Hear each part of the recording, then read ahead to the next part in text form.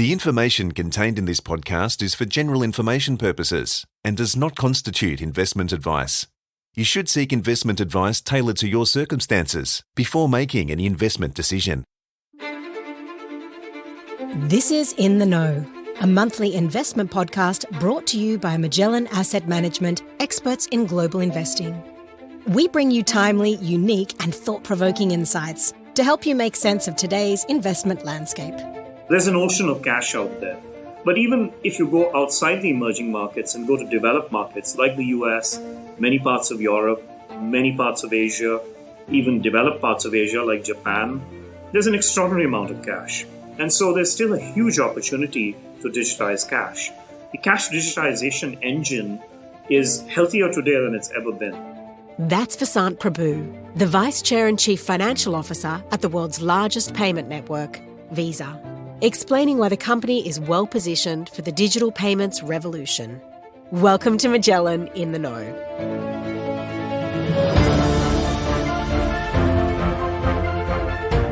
In this episode, Vasant Prabhu speaks about Visa's attractive and innovative business, the way the pandemic has multiplied volumes, and the implications of new payment options like real-time payments, digital wallets, and cryptocurrencies.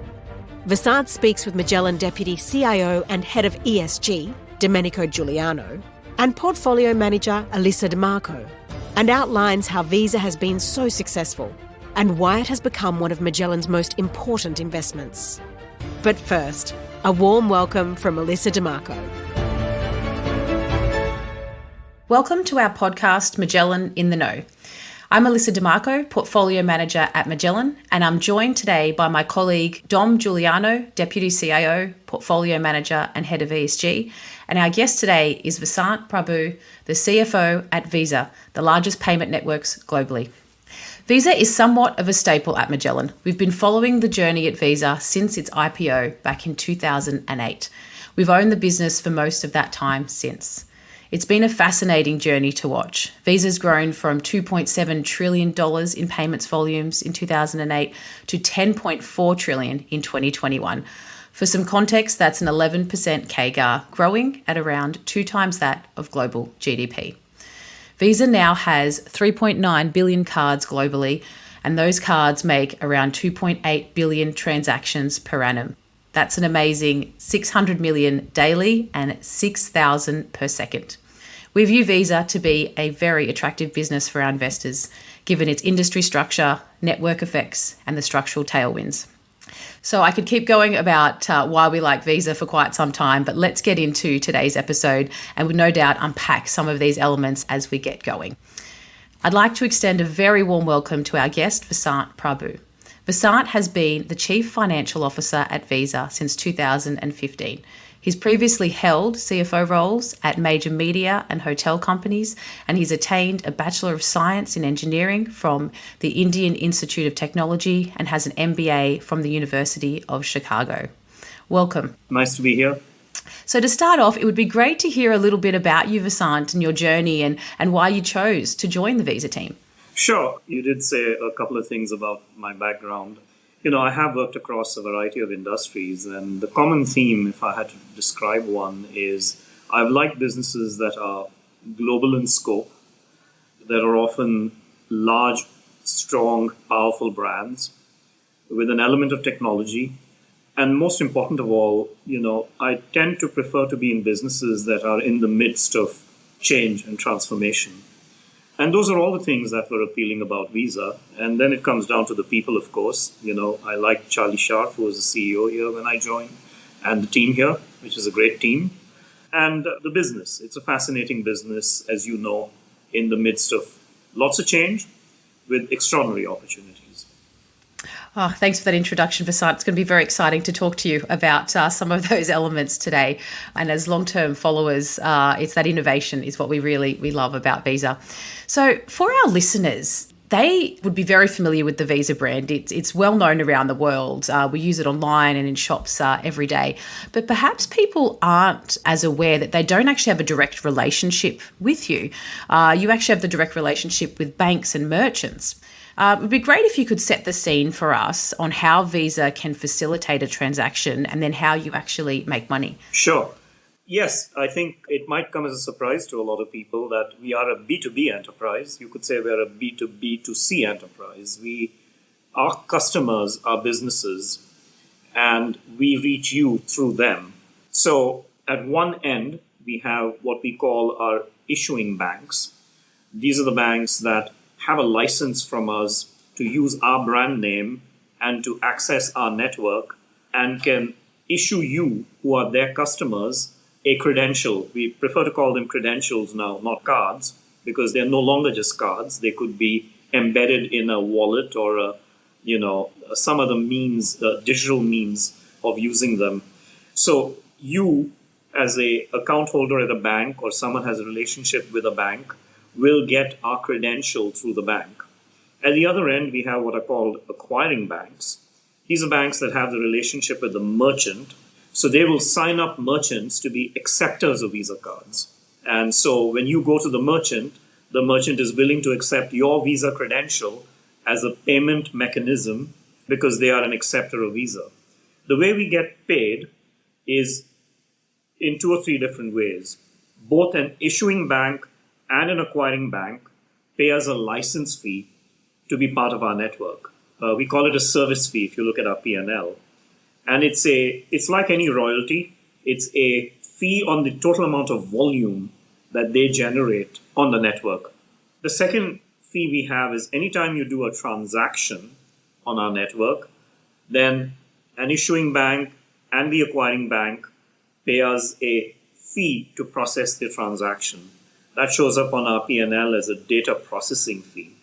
The third way we make money is we are global in scope. One of the wonderful things about having our credential is you can go anywhere in the world, and more likely than not, a merchant somewhere in the middle of nowhere perhaps will accept a Visa card, a Visa credential. And so we have these international transactions, or as we call them, cross-border transactions. And because of how unique they are, we have a specific fee for international transactions. And that's our third revenue line. And then our fourth revenue line, we have a lot of other things we call other revenues. So we do have a set of services we provide, fraud services, processing services, etc. And those all we call value-added services. Some of them show up in the other revenue line, and some show up in some of the other lines. So those are the various ways in which, we earn our revenues. Thanks, Vasant. I think when you're listening to that, it's quite clear that Visa is quite a complex business, although it appears a simple business to those that are using the product. And it's that kind of complexity of the network mixed with the simplicity of the user experience, which just makes the Visa brand and the Visa company such a strong business. So the strength in the network effect, in our opinion, it's really led to that sustainability and the enduring growth and the strong margins that Visa has been growing since its IPO and since long before that, actually. But over time, the business, it has become more diverse and it's providing greater stability in revenues to its shareholders. Can you talk about that importance of innovation and diversifying the revenue streams, yet not diluting that high quality revenue that we know and love at Visa? Absolutely. And you hit upon something that the business is simple in some respects in what it does, but to do what we do is quite complex. It's a very subtle business. And as we talked earlier, I've been in a lot of different businesses. This is my 8th year at Visa.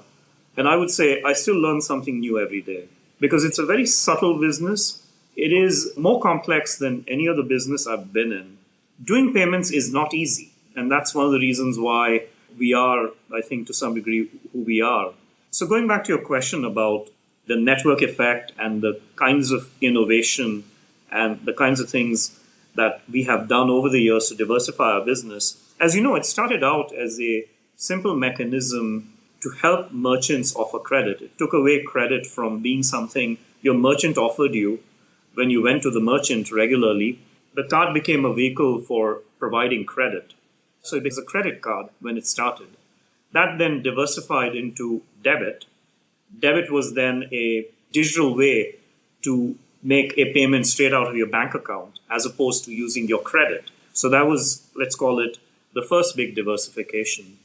It then went beyond that to facilitating international transactions. Once Visa expanded out of the US and became a global business, we were able to do international transactions.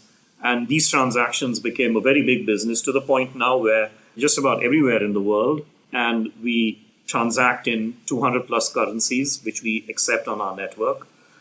In the last decade or so, we've gone well beyond doing what we started out with, which is enabling you to buy things from merchants, meaning consumers paying businesses, to be able to do a whole bunch of what we call different use cases beyond that.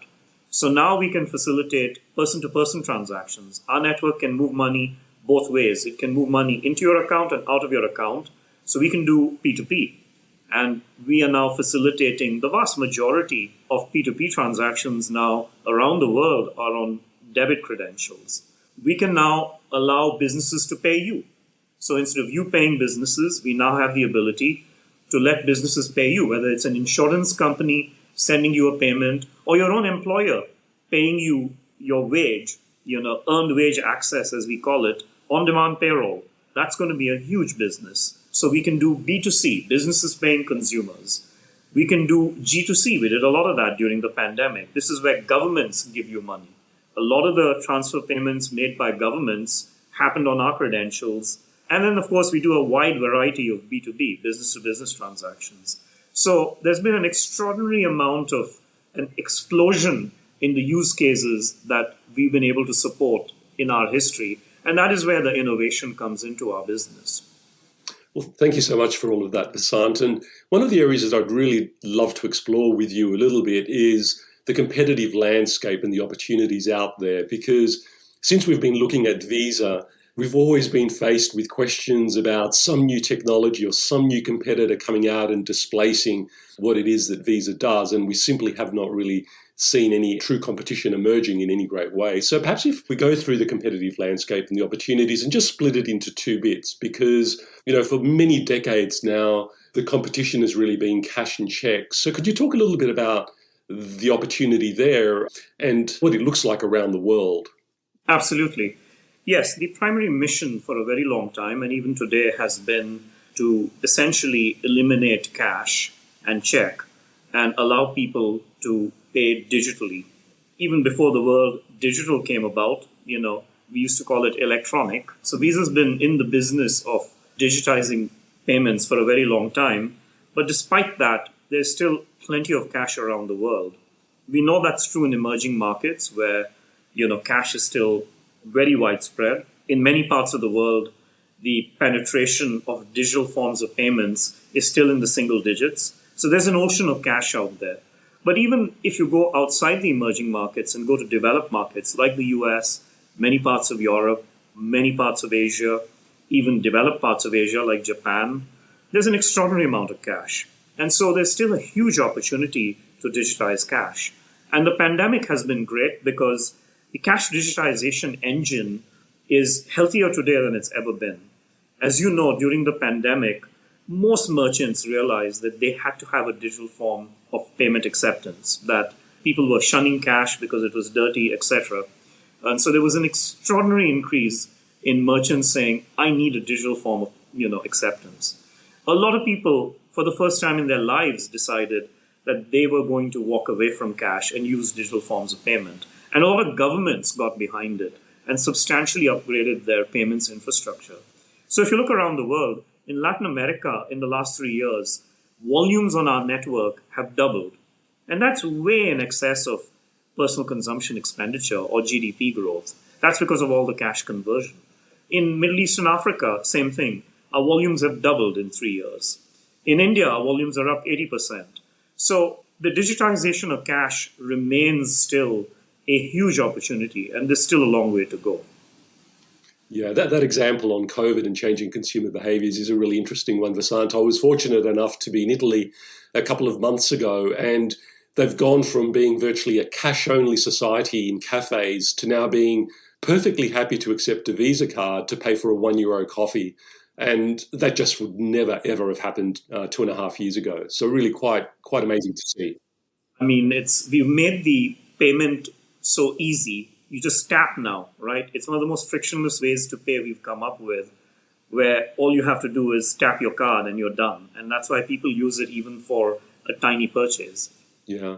And if we can talk about perhaps the more interesting and sexy side of the competitive landscape, because, payments is so intimate to all of us. We all do it every day, multiple times a day.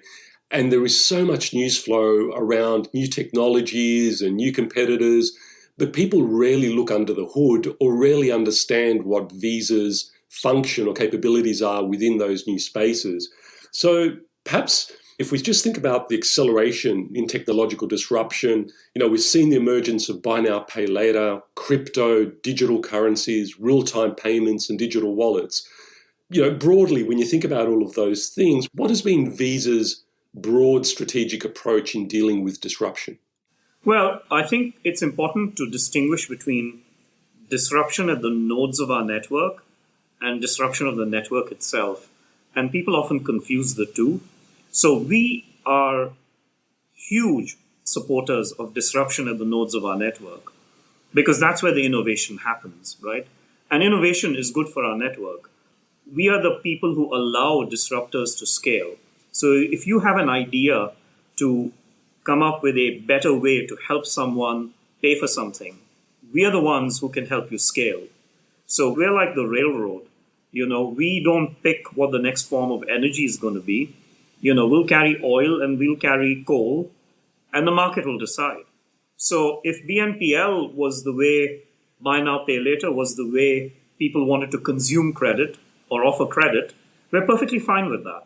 We'll enable buy now, pay later as we enable other ways of providing credit, and you, the consumer or the merchant, will decide what's going to win. So we view ourselves as the enablers of disruption, as the people who are innovating, allowing them to scale, and we view all of them as our partners. When BNPL came around, or when wallets came around, or RTP came around, we always viewed them as partners, as people who would benefit from partnering with us. And that's the way it's played out over time. That's how we grow. We grow when there's innovation and by enabling innovation.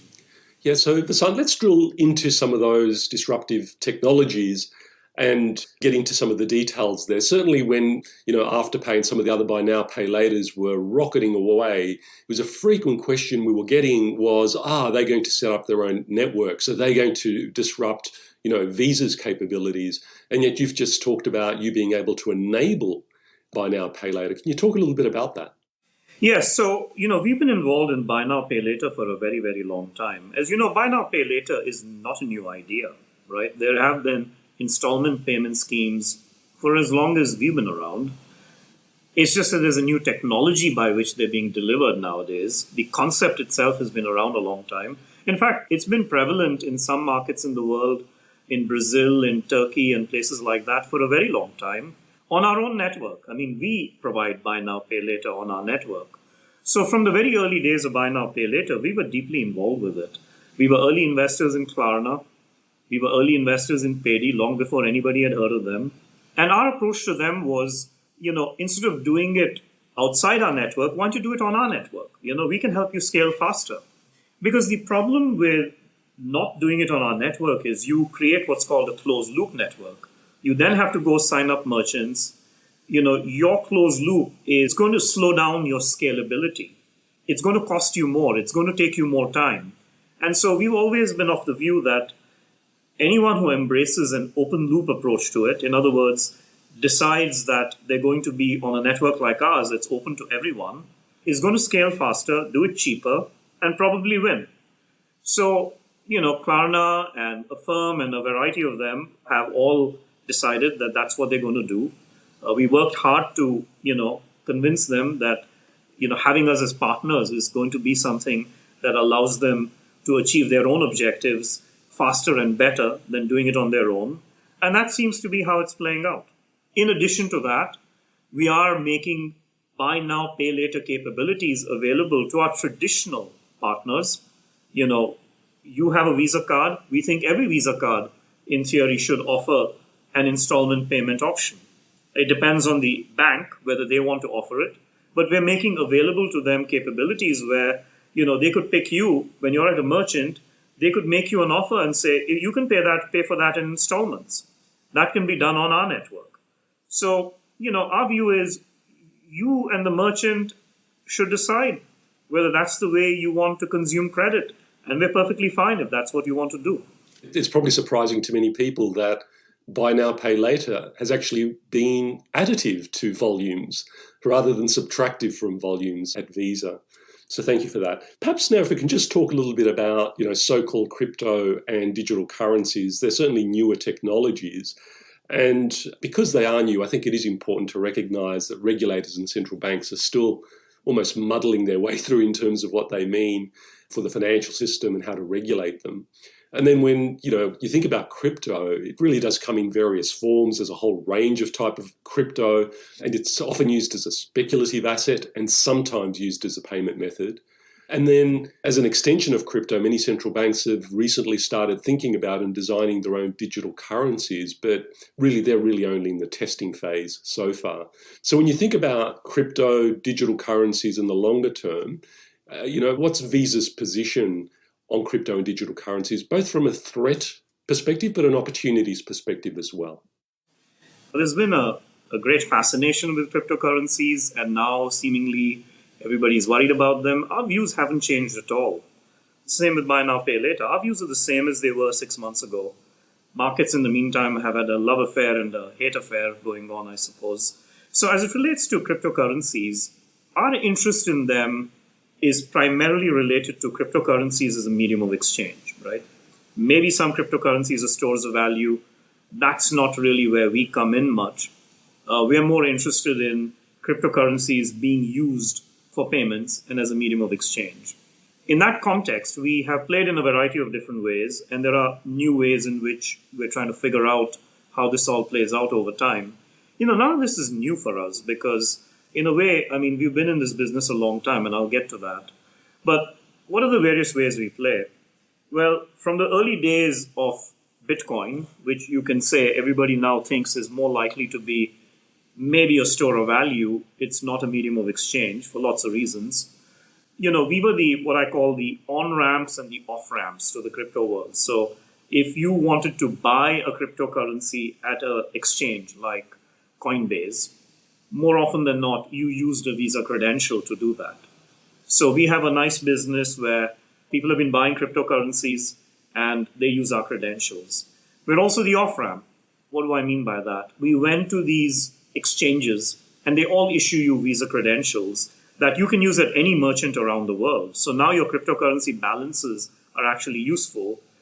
Those merchants don't accept cryptocurrencies, but what happens is you go to a merchant, you use your crypto.com Visa card, you buy something, crypto.com sells your Bitcoin and pays us in dollars or euros, and the merchant gets paid in dollars and euros. So we've been an on-ramp and off-ramp for quite a while.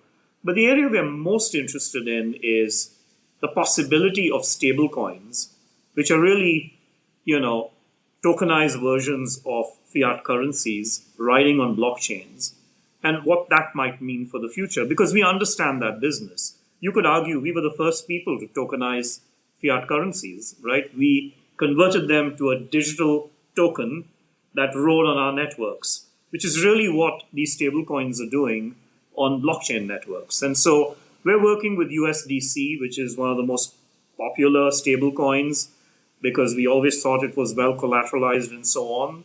There's a big debate underway right now about stable coins, of course, and we'll see what happens. We think at some point there'll be regulation. So, as long as we have clear rules, clear regulations, perhaps stable coins become a medium of exchange. And we want to be in a position where we will accept stable coins just as we accept 200 different currencies around the world. So it's very, very early days. It's going to take a lot longer than people expect, and that's a much longer conversation. I think central bank digital currencies will take a while to develop. We're more likely to see private stablecoins in the meantime, and we're working with most of them.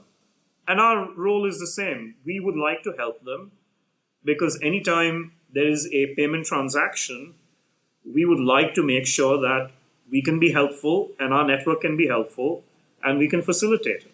And another area of technological innovation that we're seeing across many countries is something called real-time payments, which allows people to move money from bank account to bank account virtually in real time. And quite often these systems are actually sponsored by governments and central banks, but they've actually been fairly slow to take off in many markets, but they seem to be gathering speed. What's your perspective on real-time payments, again, as a threat and as an opportunity to your business? I know real-time payments, people often assume that if there is a pipe, that people will use the pipe.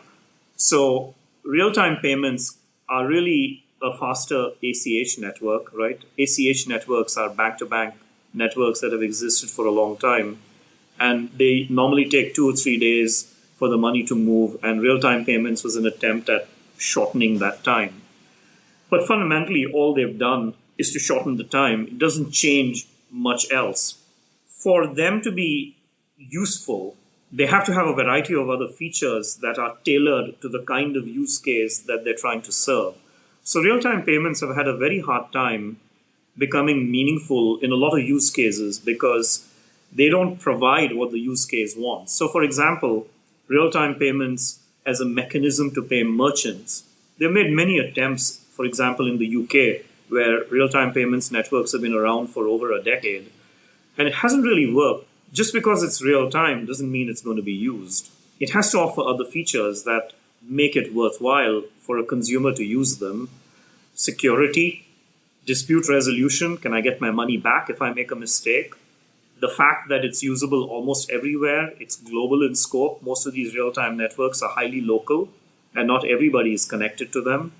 What you have to have is, you can have a pipe, but if the pipe doesn't have all the elements required to make it useful for a particular use case, it doesn't get used. So our view of real-time payments is that many of them lack what is required for a lot of use cases. On the other hand, we use them because we also see ourselves as a network of networks, and we will use real-time payment networks where we can get money to a bank account, and we do it today. So that's how we look at it. Our view is we will co-opt them as part of our network of network strategy, and we view them as another network that can allow us to do all the use cases we want to serve. And just finally on this disruptive space, if we could just talk very briefly about digital wallets. I mean, anyone who has a PayPal account or uses Apple Pay would be familiar with what a digital wallet is. I mean, simply you load up a credit or a debit card from different financial institutions into the digital wallet. You have one password, and then you can spend easily on e-commerce sites. And there's many other digital wallets. Google and Samsung and various banks have launched them. How do you see wallets within your ecosystem? Again, threat or opportunity there? Well, I mean, wallets are something we've known for a very long time, as you know. For as long as Visa has existed, there's been a term inside Visa saying that, we want to be top of wallet. So in the old days, when a wallet was something you carried around with you, we wanted to be in a position where when you were about to make a payment, we would be the card you picked, meaning we would be top of your wallet. And that is essentially what we do with digital wallets, right? We partner with the digital wallets. We want to have a relationship with you, the consumer who has the wallet, to be your preferred mode of payment. And yes, it now sits in the digital wallet rather than a physical wallet, but the game is the same game. We want you to pick us as your preferred mode of payment, even if we sit in another wallet. As it relates to the wallet creators themselves, whether that's Paytm in India or LimePay in Japan or Apple in the US, our goal with them is to persuade them that using our credentials and our credentials being available to the people who use their wallets is good for them, is something we've been working very hard on. And it has worked because it's a win-win proposition. We've been able to persuade people who started out as closed wallets to open them up because they've realized by opening it up, it allows them to scale faster. Their consumers have access to more merchants. The wallet holders have access to more merchants. The merchants have access to more affluent Visa holding credentials.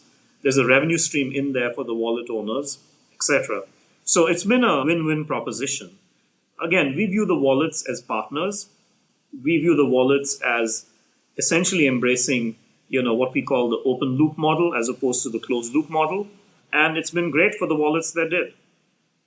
It's been quite a fascinating journey that you've just been talking through in payments and how we've been evolving for decades now.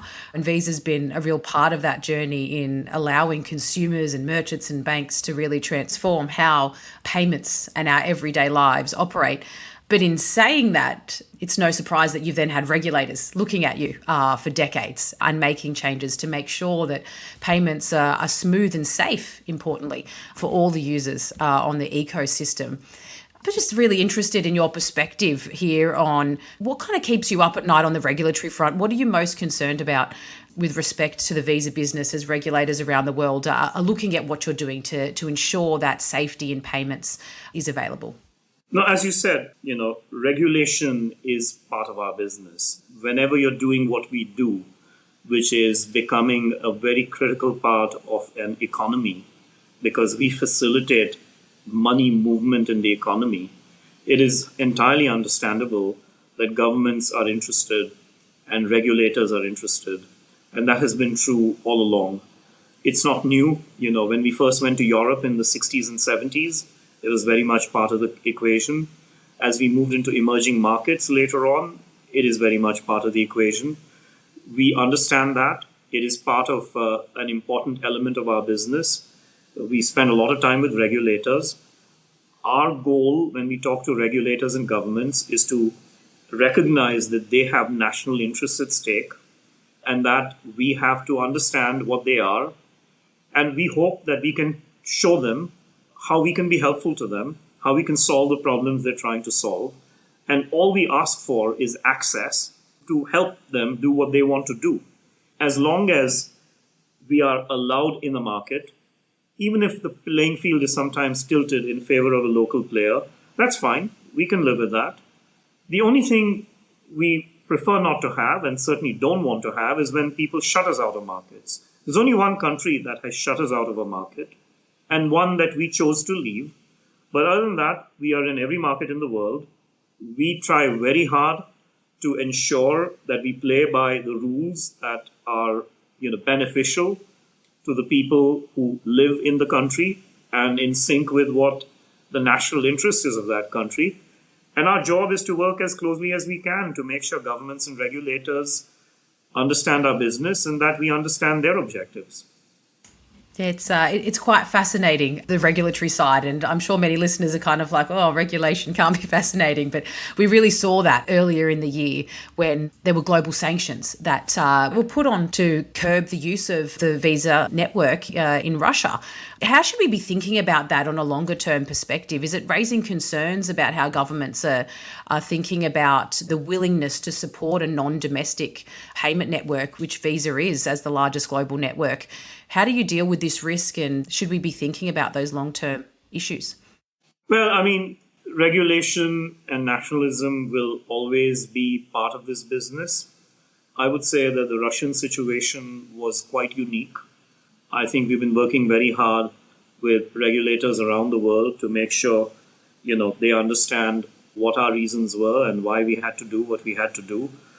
As I said, it is our job to make sure regulators feel that we will always act in a way that is responsible and not at odds with what their interests are.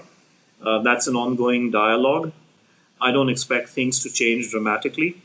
I think when we take certain actions, they have to be understood and explained. And we're definitely doing that. And Vasant, if we could just talk a little bit about sustainability and Visa's impact, given the huge size of Visa's global footprint. Elisa said in her opening comments that you touch billions of lives daily. What do you see as the most significant opportunities for Visa to positively impact people?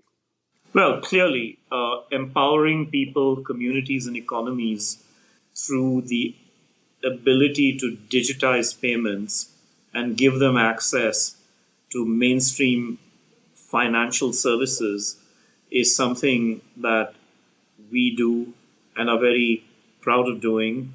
We have a commitment to enable, for example, 50 million small businesses by the end of 2023, and that is still very much the goal.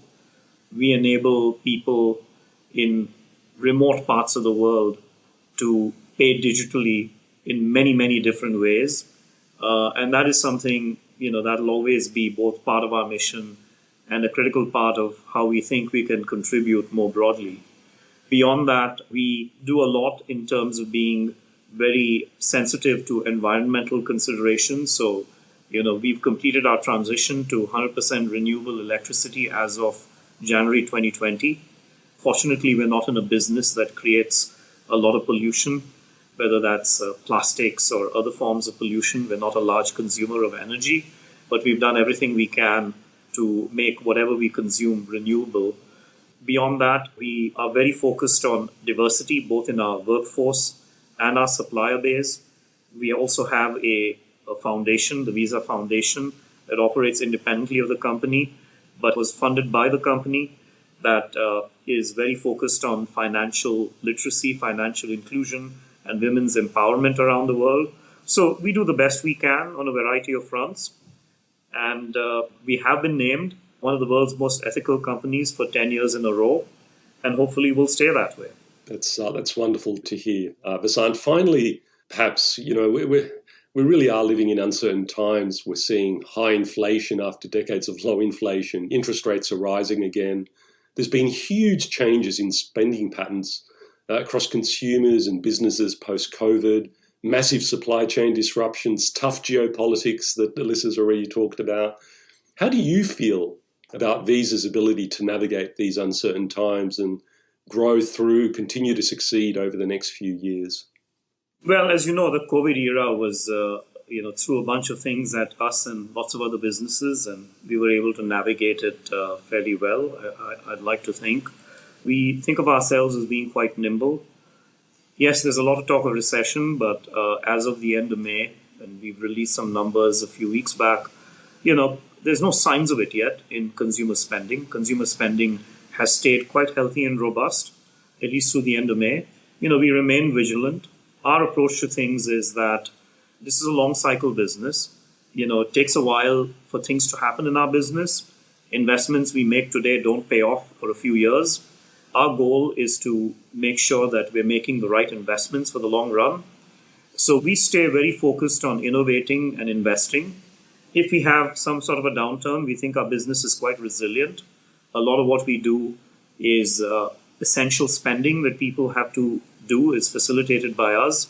We're also global in scope, and we're highly diversified across all forms of spending. So hopefully, we are not impacted as much as some other places might be.